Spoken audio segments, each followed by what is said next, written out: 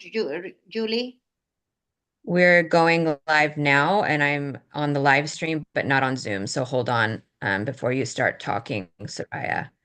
I'm just getting Okay, the I'll live stream started. Yeah, so people can share that.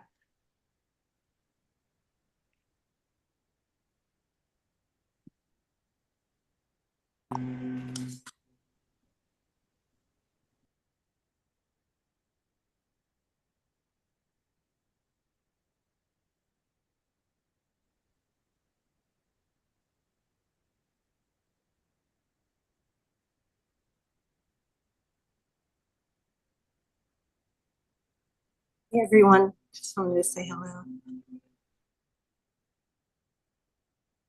Hi, everybody's looking and sounding great. Thank you. Okay, I am dropping in the link, the live stream. That way we're using YouTube to live stream this. So if anyone is having trouble with Zoom, please give them this link.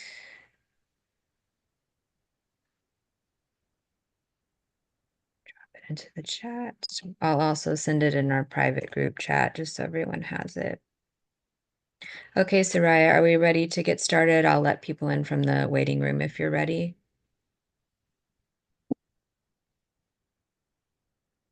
Okay, we can't hear you, Soraya. You're on mute. Are you ready? Yes. Okay, I'll let people in now if you'll wait about 10 seconds and then you can get started.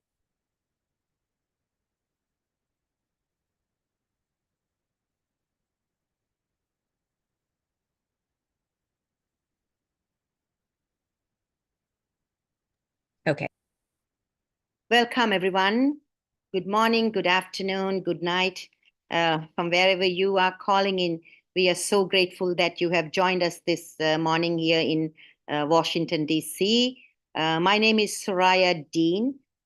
We are come together on behalf of the American Muslim Multi-Faith Women's Empowerment Council and several of women's partner organizations to address this burning issue of anti-Semitism and understanding the root causes. Here is a moment in our lives that we have to remember what we need is CPR. When we need CPR, and if you go to the hospital, the doctor has to do many tests to understand what is the problem. So CPR here, I mean, in the speaking circles, we say our people today, the Muslims and the Jewish people more than anybody else, are looking for connection, for protection, and for respect. And I think if few of us who don't, who are called to speak up, if we don't, not only will they lose it there, we are also losing it.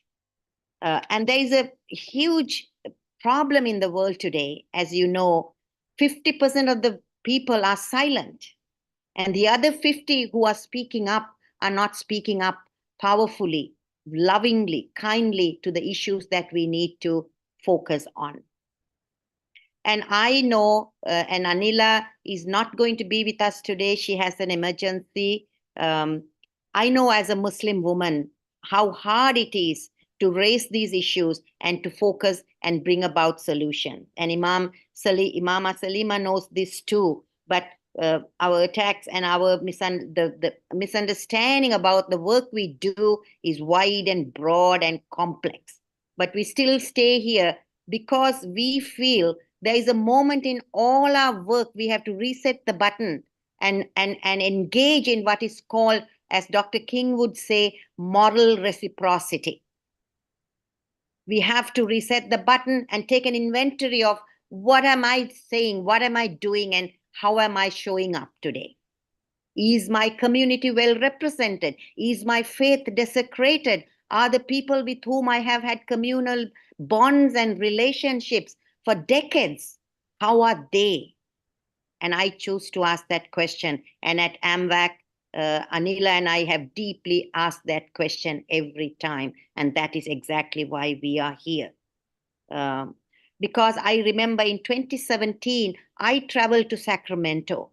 There was an Imam at the University of Davis, who had said, liberate Al-Aqsa Mosque from the filth of the Jews. There was a disparaging statement about the Jews, and I went there in 2017. And then in 2025, I'm having to deal with address the same issues.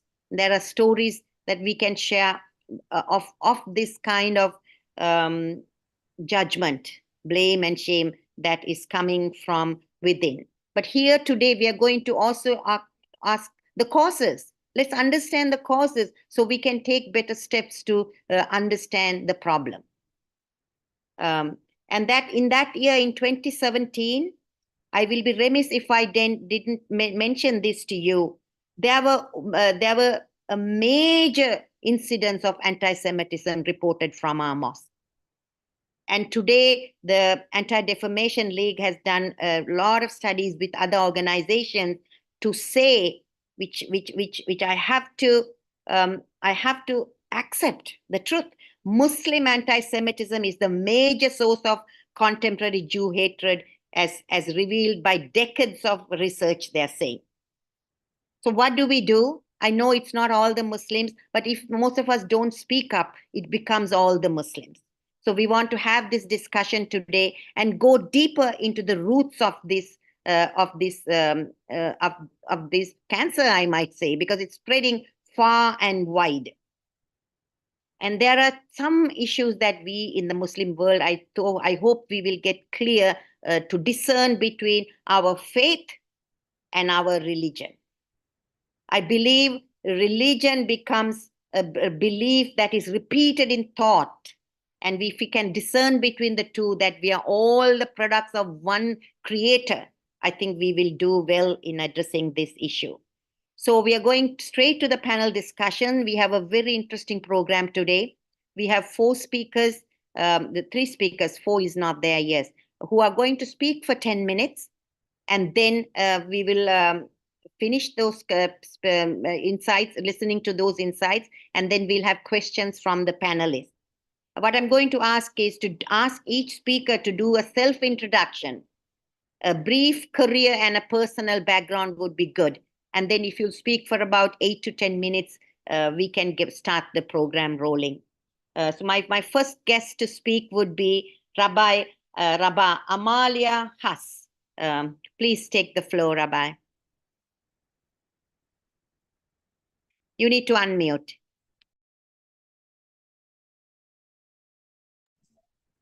Thank you so much for the honor of being here and for organizing this. I am originally from Chicago and have been a longtime Jewish educator, doing work also in interfaith and environmental work, and became a rabbi during the pandemic.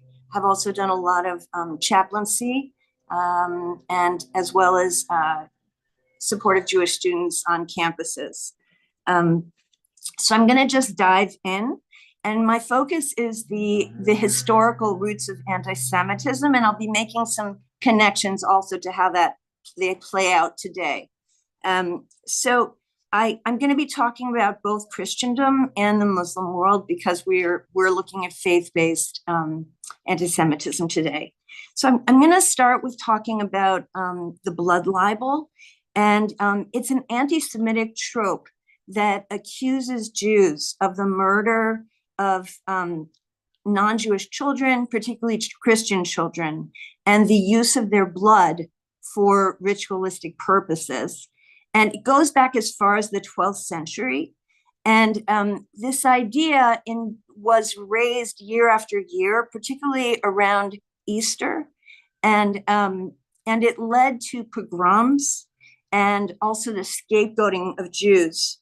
And if you look through Jewish history across Christendom, you'll see hundreds of pogroms that happened and were associated with the blood libel. And it's also reified through art and literature, such as Geoffrey Chaucer's Canterbury Tales. And the blood libel more recently was also key to Nazi propaganda. So that's the first anti-Semitic trope. Now I'm going to move ahead to deicide and demonization. So Jewish deicide is the belief that the Jewish people are responsible for the death of Jesus. Passages in the Gospels of Matthew and John have been interpreted as suggesting that Jews are not only responsible for Jesus's death, but are also aligned with the devil. And the accusation of deicide has led to the demonization of Jews, Jews being accused of worshiping Satan and also having demonic features. When I was in high school, I remember one of my students, not my students, one of my peers, when she found out I was Jewish, asking me if I had horns. Although in 1965, thankfully, the Catholic Church released a declaration called the Nostra Aetate, which stated that the wider Jewish community could not be held responsible for the death of Jesus. Unfortunately, 2,000 years of internalizing that message doesn't just disappear when there's a change in declaration. And actually, a friend of mine who teaches in a Catholic college, she's also a rabbi, every year her students bring this up. And rather than accusing them of anti-Semitism, she says, that's out of date. And then she explains about the Nostra Aetate. The next anti-Semitic trope is about dirt and disease. And actually, the Jews have been accused of being spreaders of disease and blamed for epidemics and pandemics, such as the bubonic plague, which killed about 15 million people. And Jews were accused of poisoning wells and of being responsible for the Black Death.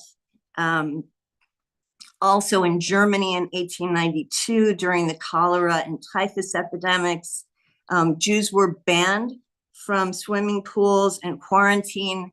And Jews have also been held responsible for the COVID-19 pandemic. Jews are also viewed as ugly.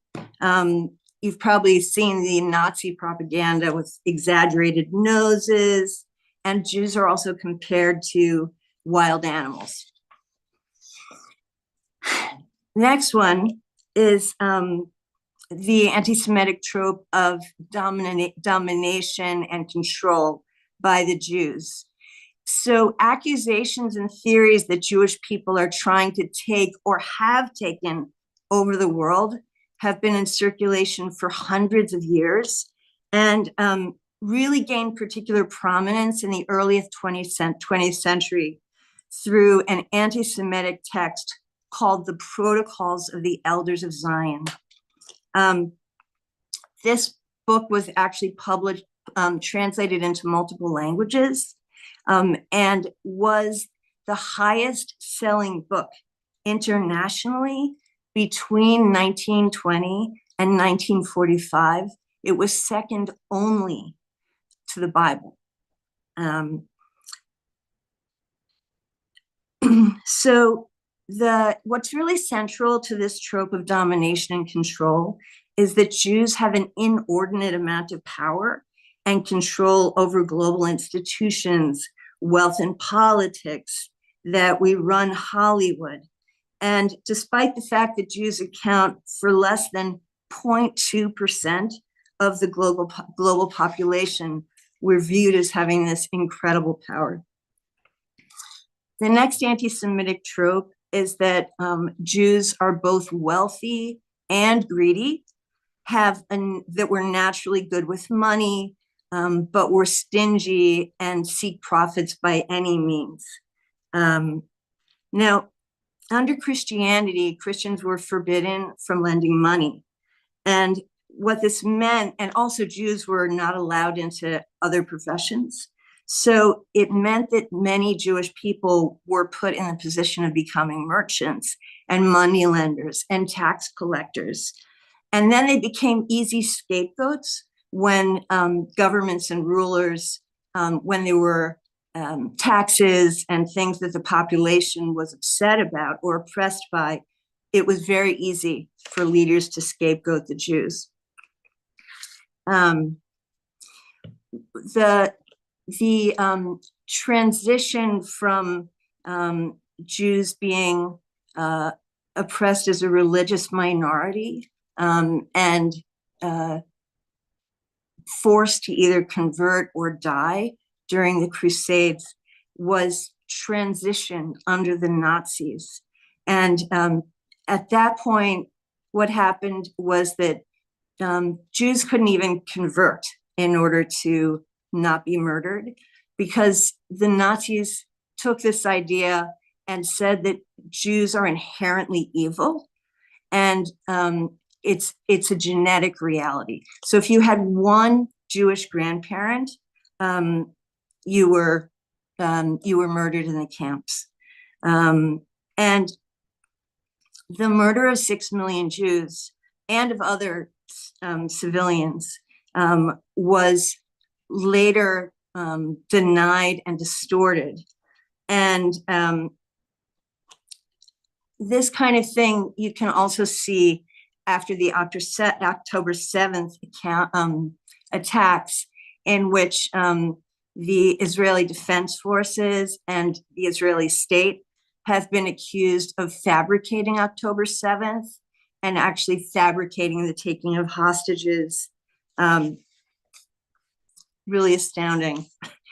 But what we see there is the flipping of what is done to the Jews, and then saying that the Jews actually caused it. So, for example, the Jews were victims of a genocide during the Holocaust. And then what happened with the October 7th account, now that notion is being used to accuse the Jews ourselves of genocide in Gaza. And what's happened in Gaza is an incredible tragedy. But this accusation of genocide is laid on Israel, as well as many of the anti-Semitic tropes, despite the fact that Israel has never stated that it wanted to commit genocide, that it's offered 5 times to trade land for peace. That offer's never been accepted. And also, astonishingly, despite the fact that Hamas, in its charter, calls for the destruction of Israel and genocide against the Jews, that's been slightly modified in terms of like not stating a call for genocide against the Jews now in writing. But if you actually listen to the leadership, they still are saying that. So this leads Thank to— you, Rabba, Haas. Yeah, yeah. And Thank is my you so time— much for what you have Okay. shared. Yeah, Yes, thank you. yes. I have a question. I have a question to you. Maybe you can Yes. weave in your rest of your speech to that. You use the word genocide. If there's Yes. one thing we need to teach the Muslim world, it is to understand the strength of this word. In my understanding as a Muslim woman, genocide is a deliberate killing of a large number of people from a particular nation or ethnic group with the aim of destroying that nation or group. So when I traveled to Israel, I saw many Arab Muslims, Bedouins, Muslims, all living in Israel. So could you please tell us and make us understand what is wrong with this word when it comes to Palestine and the current war? So, Soraya, it's a really important question. So there is a world of difference between the tragedy of a conflict, which God willing will be resolved one day, and the fact that there are victims who are killed on the Palestinian side, on the Arab side, by Israel. And by the way, sometimes that's by extremists, sometimes that's done wrongly. But there's a huge difference between that and having a stated and systematic intent of actually, as you said, eliminating a people. There's a huge difference. So that, I think, is the critical piece here.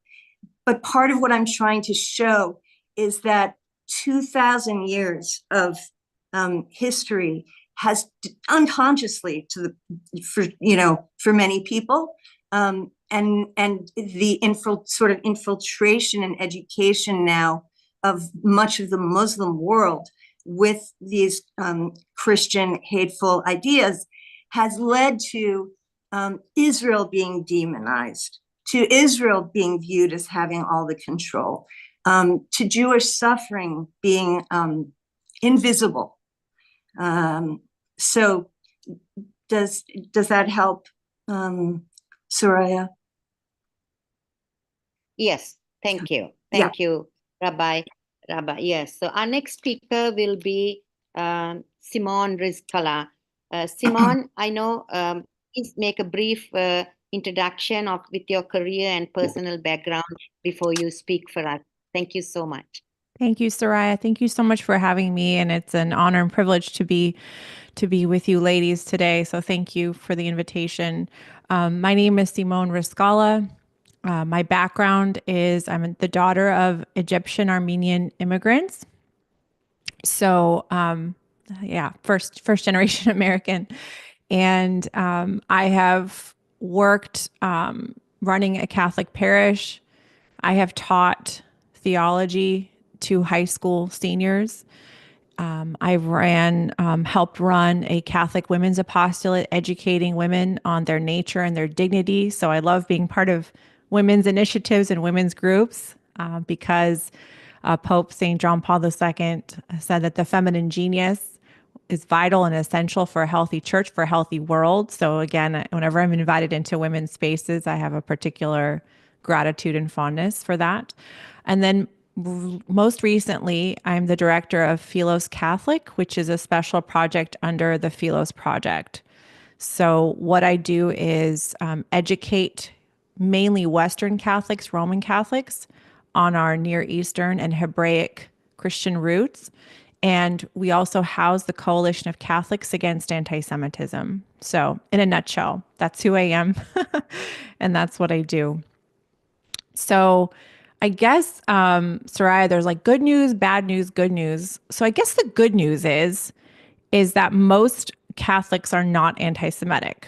They're actually pro-Jewish and pro-Israel. That's the good news. And I appreciated so much, Rabba, your presentation about Nostra Aetate and how much this was a crucial shift in the church's, stance. And things don't change overnight. That was 60 years ago this year. But I would say that it has been very effective in the fact that until I entered this work in this space, if you had said to me that Catholic anti-Semitism was a thing and it was a growing problem, I was shocked, because every single Catholic I've ever worked with, and I work with a lot being in this world for the last 20 years, they're not anti-Semitic, and quite the contrary. So it was shocking. And I think I mentioned to Soraya that a little bit of a crisis of faith that, wait a minute, did I just wake up one morning and somehow this is a growing problem? So the good news is that Nostra Aetate, even though it's not, I feel like Jews pay attention to it more than Catholics, unfortunately. It's not as well read and studied in seminaries and schools as I believe it should be. But the spirit of the council, the good spirit, not the bad spirit of the council, but the good spirit of the council, shouldn't have used that word because it triggers a lot of Catholics, is that, when I have called priests, nuns, Catholic influencers and said, are you aware that Catholic anti-Semitism is a growing problem, even if it is a growing problem on the extreme left or the extreme right? They were just as surprised as I am. So that's the good news. The bad news is that it is a problem. And I think part of the problem, and again, I was so grateful for your presentation, is that we don't know our history. And again, it's embarrassing, but it feels like in some spaces Jews know that, of course, because it has to do with you guys know your history better than we do, right? So that's painful for me to admit. And part of my work is actually to educate on the history. I have next to me this book called The Anguish of the Jews, 23 Centuries of Anti-Semitism, written by Father Edward Flannery, where he goes through the history. This should be widely read and widely understood. The fact that I, met some Jewish college students 2 months ago who said, wait a minute, is what we're seeing on social media real? And for me to have to tell them, I'm sorry, what you're saying, it is. And for them to say, but didn't the Council of Trent in the 16th century already deal with all the, the deicide charge and all? And well, yeah, wow, about our church councils. I don't know Catholic college students that can just drop the Council of Trent like that. So that's the bad news, is that we have a lot of work to do when it comes to education. I think most Catholics know anti-Semitism is a sin and it harms the anti-Semite more than it harms any Jew.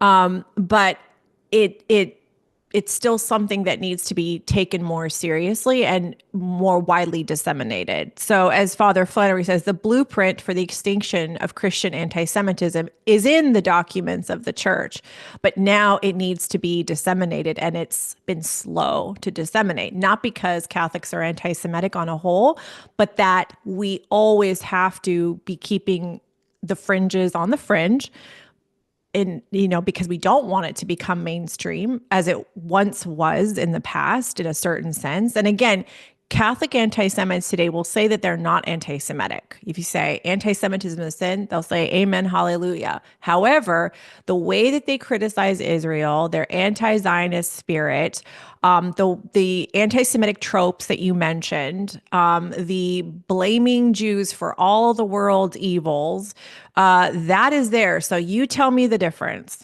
Is it really a anti-Judaism thing, or has it now bled into what seems and feels like anti-Semitism? So that is where this space is very, very difficult. The good news is we do have this back to the good news. We do have this coalition of Catholics against anti-Semitism. Soraya just graced and privileged me with her presence at this one-day conference we did in Washington, D.C. last week, where we talked about, hey, normal Catholics, which most of you are, just so you know, we're going to update you. This has been a problem in our history. This is a growing problem now we need to keep our eye on and be very vocal about. And here's how we combat it. And one of the most powerful ways that we can combat anti-Semitism, again, something that I just assumed in my before times life, people had Jewish friends. You just had Jewish friends. Of course you did.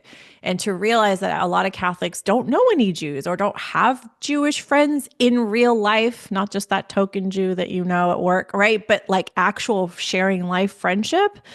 I just assumed that was happening. That was naive of me. But that is, I would say, the best way, because then you hear these things on social media or these anti-Semitic tropes and you go, wait a minute. That's not my experience of Jewish people. And this is kind of insane. And I'll just conclude with this. I do believe in the devil. I do believe in evil spirits. And the resurgence of the world's oldest hatred, as it's called, I think is a demonic spirit against Jewish people. And even though we're dealing with real people who have freedom, rational intellect, they need education, they need formation, all of that. We, as the scriptures say in my Christian faith, we're not just contending with flesh and blood, but with powers and principalities that are really influencing the hearts and minds of people. So it just wanted to throw that nuance into the mix. And then also, as we, on every level, religion is going out of style, right? It's a very secular world, whether you're Jewish or Muslim or Christian or whatever. And that disintegration of religion and cultural ties in a culture creates for what Pope Francis calls existential orphanhood. So all these strong proposals to go protest and join the cause and join, even if they're evil, is an opportunity for people to participate in something greater than themselves and something that the media or whatever is telling them this is where you can fight for justice and you can sacrifice your life. Yeah. These are very religious themes, and young people they're made for worship, they're made for religion. So if we don't evangelize our different faiths. Yeah, thank you, Soraya. Okay. I had a question. Thank you so much. This time is so short. Yes, Something sorry you about that.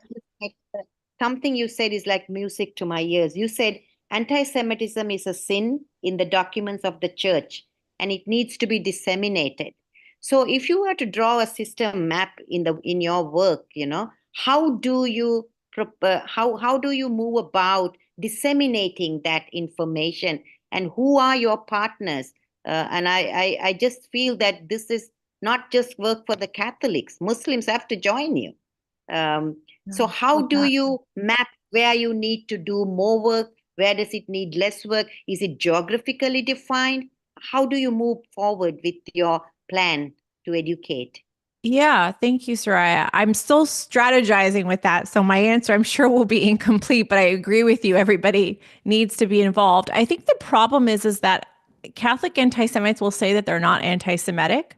So it's more about taking the scriptures and the documents and saying, actually, the most traditional thing that you can be as a Catholic is Hebraic. Like our faith is rooted in Judaism.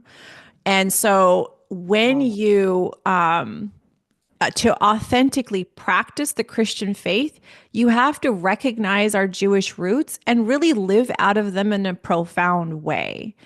And so you can't just have a superficial reading of scriptures. You can't just pull out verses from the scriptures that sound anti-Judaic. You have to read it in the context of the whole scriptures, because the scriptures, along with those verses that sound problematic, also say that these are the beloved and chosen of God, that the covenant with Jews has not been revoked, that St. Paul says this in Romans 9-11, that Christians should not be arrogant. Is it my computer? Can you hear me? I can hear you. Can you hear me now? Okay. Am I back? Yes, I'm sorry. No, that's okay. I don't know if whatever I said was heard, but just to read those scripture verses that sound problematic in context, and why in history, unfortunately, and again, this is where I think the evil one really gains headway, why those problematic verses, or verses that sound very negative towards the Jews, the synagogues of Satan and all of that, why those were emphasized over the blessing of Israel, why they were emphasized over God doesn't revoke his covenant, why in Romans 9-11, St. Paul says that we shouldn't be arrogant, right? We are grafted onto that root, right? So we need new, not new in the sense of we're inventing it, but a refreshed perspective on the scriptures, where we're emphasizing and balancing out those other verses with the positive ones to have a fuller, clearer, or more truthful picture of what our faith actually teaches. Thank you, Soraya. So much. Thank you so much. I was at that conference and I just felt I have a family here to share, but the frustrations I'm going through. That was an incredible conference. I hope the Philos project will host many more like that. Thank you, Soraya. We will travel across the United States. Our next speaker is Imama Salima Al-Muslima. Imama, please give a brief career and personal introduction, please, and a personal background. Thank you.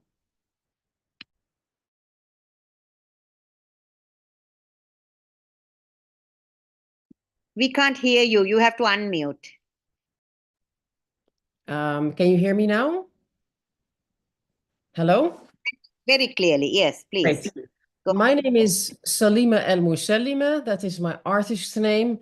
My real name is Salima Eassakatti. I am an artist in the first place, a Muslim artist who makes Islamic art. And I'm also the first female imam in the Netherlands. My work consists of looking for Allah in all kinds of ways. And when I started, I did it literally, and I evolved into going to Paris and look for Allah there. And currently, I'm looking for Allah in romantic love. I have had mystical experiences, which are very normal in Sufi Islam. I prayed to God to help me find him, to find God in romantic love. And the first thing was that I started falling in love with Theo van Gogh, who was a very huge critic of Islam. And I fell in love with him for like almost a year. And I started writing stories. And he was like very critical about radical Islam and about all kinds of things. So I had to discuss with him in these stories about like what is the problem? What is his problem with Muslims? What is my problem with him? And the conversations created a lot of love, especially within me for him. And it healed a lot of pain that I had before, because I thought first, when I was 20 years old, I thought he was a Muslim hater. So after that, I started becoming really, really in love. But the thing is, I became crazy in love because the man doesn't exist. So I asked God, please don't make me go crazy. I want real love. So then I started dating, and usually the men that I met there were very nice, but they were not looking for God in romantic love. They were just looking mostly for sex. So I was very disappointed and prayed to Allah to give me someone alive, not dead. And his answer was that the next day, I prayed, by the way, on the holy sacred Islamic night of Al-Mihraj. The next day, I did a joke on Facebook. I posted myself as a guy. Salim was his name. And it was just for fun. But within an hour, I started experiencing myself as a man. It was for me like a trip into another dimension, because I really felt his energy. And even my mom told me, like, you look different and you behave different. And I was a bit scared of myself, because I started really also attracting women flirting with me. And I'm not lesbian, so he was very strong and an alpha male, and that attracted a lot of women, and I became very different than I normally am as a woman. So I learned a lot about men in that episode. It lasted two weeks, but it was enough for me to understand exactly the difference between men and women. And I started giving advice on dating. But the second consequence was that the war started during that time in Israel in the first place. There was this huge massacre of Israelis and Muslims and non-Muslims. It was for me a very tragic event, because I saw the images, I saw what happened, and I saw the reaction of Muslims, by the way, who were not in solidarity. They were just saying, well, this is resistance, they are occupied, this is the problem. And my reaction was, no, you cannot kill civilians because of resistance and all of that. You cannot kill, women and elderly and children and say that this is resistance. This is the line. If you go beyond that line, you support terrorists. So I was very adamant about that, and I spread an Israeli flag on my Facebook and all of that, and lost a lot of Palestinian and Muslim friends in the meantime. But the Jews were very glad that there was an imam supporting them. So I got a lot of feedback from that. But then later on, the massacres in Gaza started, and I really delved into what really was happening. So I saw all the beheaded babies. I saw all the cruelty that was happening then, the people in the hospitals, the killing of so many people. And I felt like a lot of pain seeing that. And I looked at my Jewish friends, and I saw very rare that they spoke out and said, "This, we are against this. They usually, most of them were either silent, or my colleagues, the rabbis in the Netherlands, they showed support for Israel. So I had an existential crisis, and I couldn't say to my Jewish friends, I'm disappointed in you, because that would create a lot of stress that I didn't want to do. So what happened was that Salim changed into settler Shlomo. I had energy feeling that I need to speak to my inner radical Zionist, because I apparently God wanted me to experience how it is how I am as a radical Zionist. And every time I spoke to him, he gave me all the reasons. He was really cool. He was really a tough guy, but he was like ideal man, and yet he was a soldier in the IDF. So I couldn't discuss with him. Then I said, okay, Hamas is the problem. Hamas is the cause of all of these deaths and things. So then one moment I felt myself as Hamas Salim, and I started writing stories with myself as Hamas Salim, and he was also a great guy. He gave me all the reasons why he did what he did. He said it's part of the United Nations. It's giving me the tools. We can resist. We can use weapons as resistance. He was giving me like there's poverty in Gaza. I have no other way to support my family than to join the military because we get a lot of money from that. So he gave me all the reasons, and then I entered into the depression because I saw that all my parts were in conflict with each other. So then I started channeling. I'm also a medium, so I started channeling all the important people. My time is up, right, Soraya? You have 2 minutes. 3 minutes. Okay. I started channeling Rabba, Rabbin. I started to find answers. I started channeling all of them, and each had his own reasons, and I agreed with them, but I didn't fix the problem. So then at the end, I made myself responsible. At the end, my conclusion was, I need to fix this. I'm not going to blame. I'm not going to give other people power, because when you say Israel is the cause, then you're giving others the cause. You know, Hamas is saying Israel, Palestinians are saying Israel occupation is the cause. And the Israelis are saying Hamas terrorism is the cause. So everybody's putting the responsibility on others. And I thought, I'm not going to do that, because then you place yourself in a victim position. You need to say, I am responsible as a Palestinian, as an Israeli, as anyone. You need to take responsibility. And if everybody did that, I believe, then there would be a solution. We need to stop pointing at others and saying, he's the cause of my misery, because then you will stay a victim and it will not fix the problem. So that was my journey and my conclusion. Thank you, Imama. So a question to you quickly. You know, I've understood the word responsibility as respond with ability. So if we all take the responsibility, we also have to respond with ability. So I want you to just explain how we can all respond with ability. But moreover, I want you to address the word Zionism, Zionist. It is used as a slur in the Muslim world. I am personally called a Zionist. I say I'm a proud Zionist because the bird I see chirping in my backyard it's looking for a house. What is wrong with the Jewish people wanting their own home? So the question I would like for you to address, Imama Salima, is I know you're Moroccan and you are very familiar with the Quran. You've read it extensively. You taught me how the word Zionist is used so liberally in the Quran. Why are Muslims not knowing this? Thank you. Thank you for the question. The thing is that the Quran is a very ultra-Orthodox Zionist book. If you look at the Quran, literally what it's saying, it's commanding the Jews to go to their holy land. It's not giving it as a choice, it's giving it as a command. So you can say that the Quran is an ultra-Zionist book, even more than the Bible is or the Torah is, because the Torah is commanding the Jews, but the Quran is saying to the Muslims, like the Jews, I have commanded them. I'm Allah, I commanded them to go there. So if you look at it purely objectively, the Quran is a Zionist book. So the Quran is not the problem. Although there are some anti-Semitic tropes that are used in the hadiths, that about the monkeys and the Jews turning into monkeys, but these are not religious holy books. These are just hadiths. So the real issue here is, how did the Muslim world become anti-Zionist? Well, the thing is, the cause of this is that Zionism started out as a European kind of project. You know, Zionists, the first Zionists were not Arab Jews. The first Zionists were Jews from Europe, and very much they came with European occupation. They came with the colonialism of the English. So the Arabs there and the Arabs outside, they saw the English as colonialists, and they saw the Jews that came with the English as colonialists. This was a choice they made.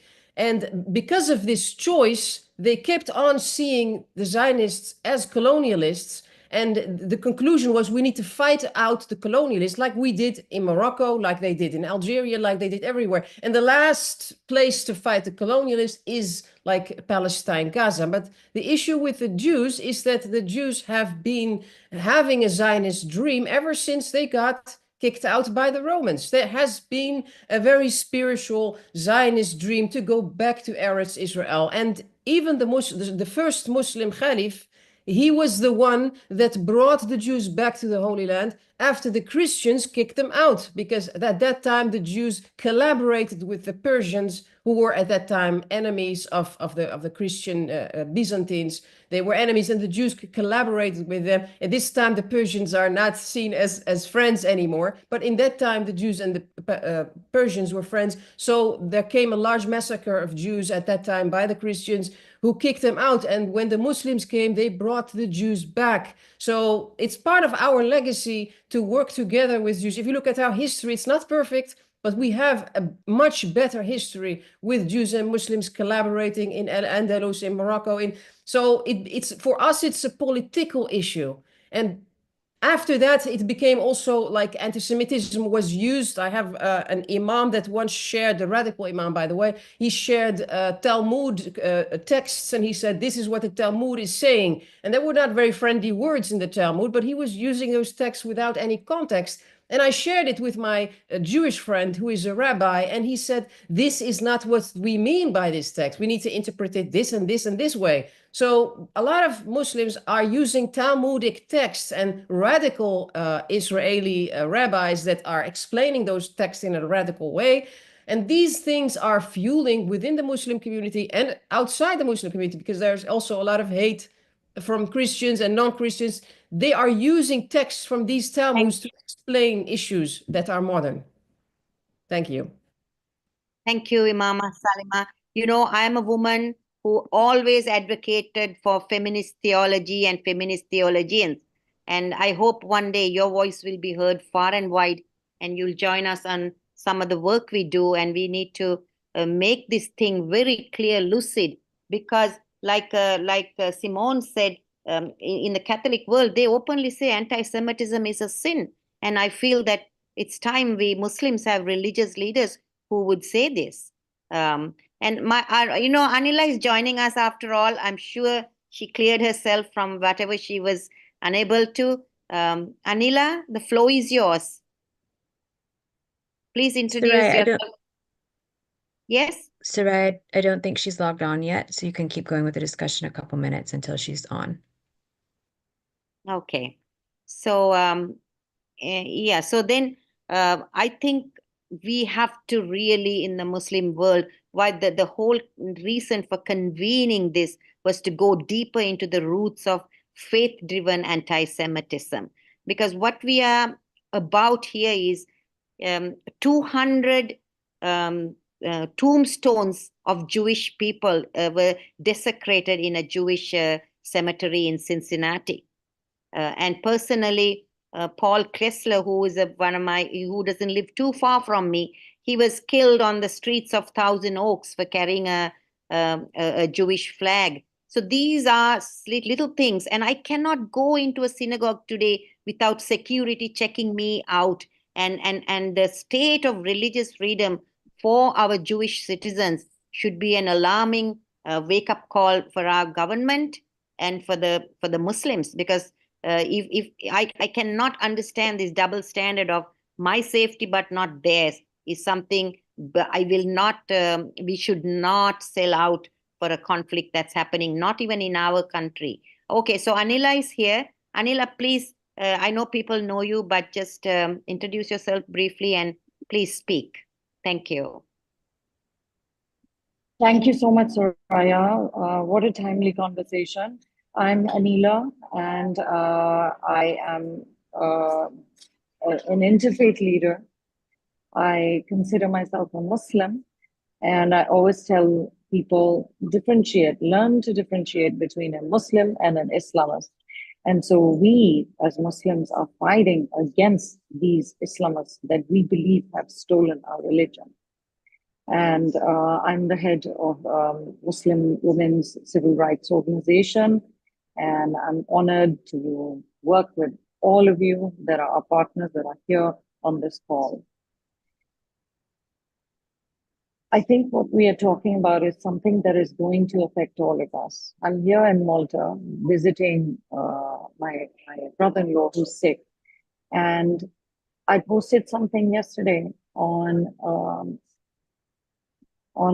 TikTok saying it's Ramadan. I'm looking for, a place to find Arabic food to break my fast. And I've seen this Arabic restaurant.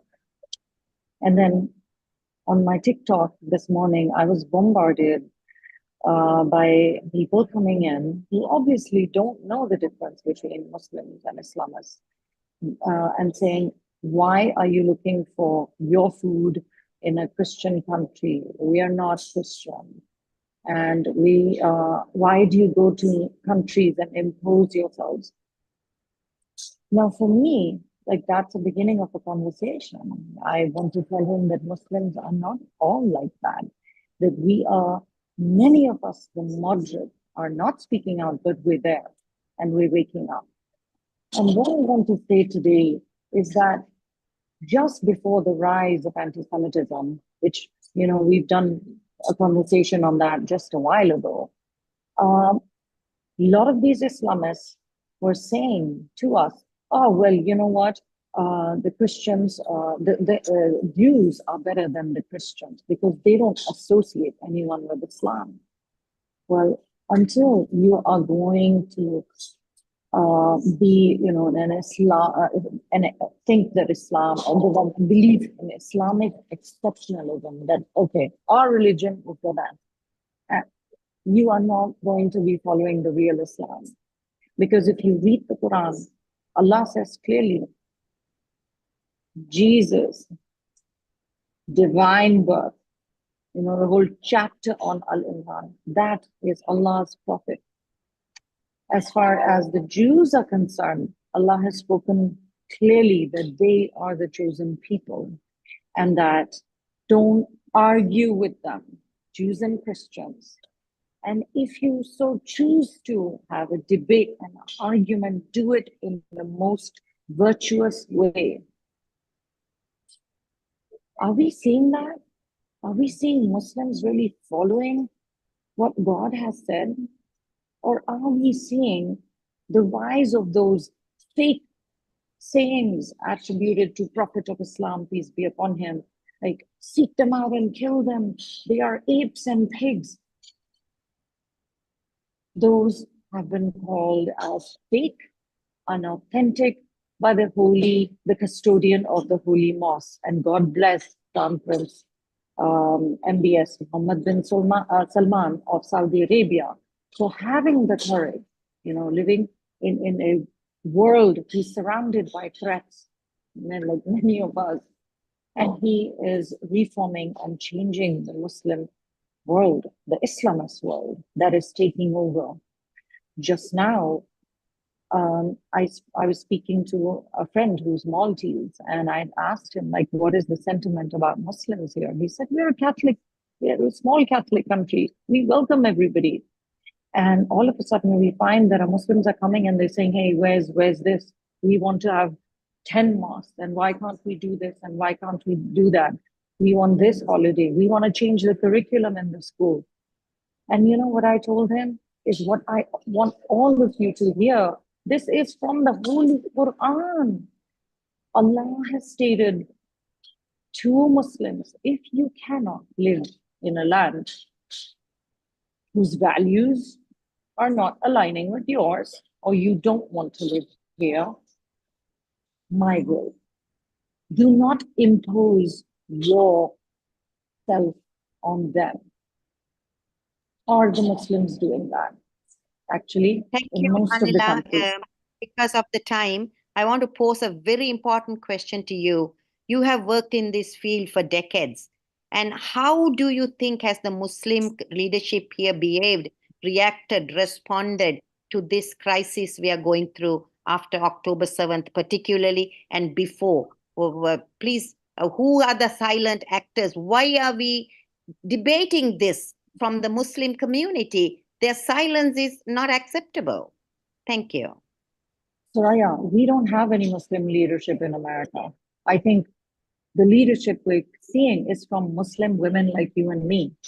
We have Islamist leaders who came here under the guise of civil rights, wanting to convert everyone to Islam. And there are good people like us in all faith communities that have been talking about, no, we know Muslims. These organizations like CARE and MPAC and IPNA and Islamic Relief and Helping Hands, the majority of these people would not be allowed to enter Saudi Arabia. And here they are functioning as the leaders, the so-called leaders of the Muslim world. It is time that our present administration starts to investigate them, because they did not come here to live a life of religious freedom. They only wanted religious freedom for themselves, for their Islamist point of view, for their Islamic radicalized theory, following Sayyid Qutb and his crazy idea of controlling the entire world and changing everybody. The Islamic scholars have rejected that theory. They rejected it in the 12th century, and majority of them are very, very gingerly rejecting it right now. And anyone who will speak up, Soraya, you and I know we will be killed, we will be murdered. And we are doing this at the cost of our lives. But you know we are doing this for our children in America, for our country, this country that has given us religious freedom. But we know the root cause.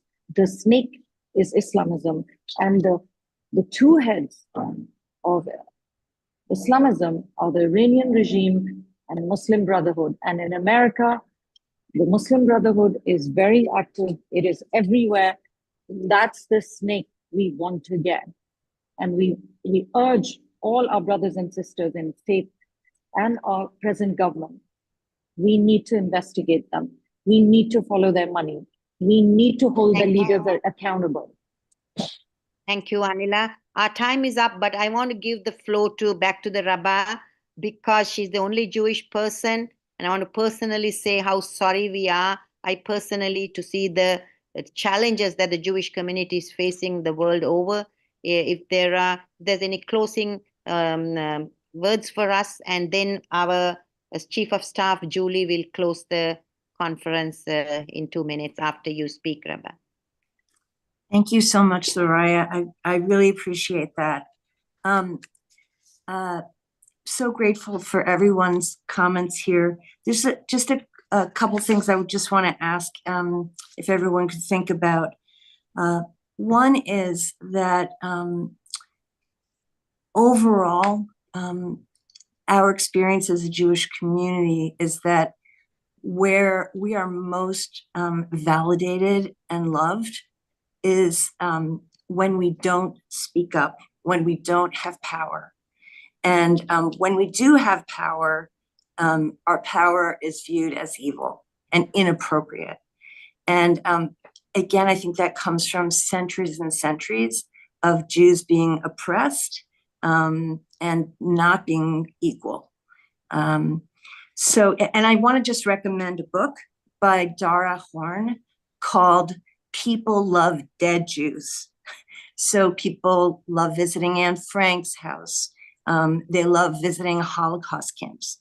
They don't love Jews defending themselves and speaking up for themselves. Secondly, I want to just respond to the notion that that the Jews were colonialists coming from Europe. The Jews who came to Israel, Palestine at that time were actually survivors of the Holocaust. And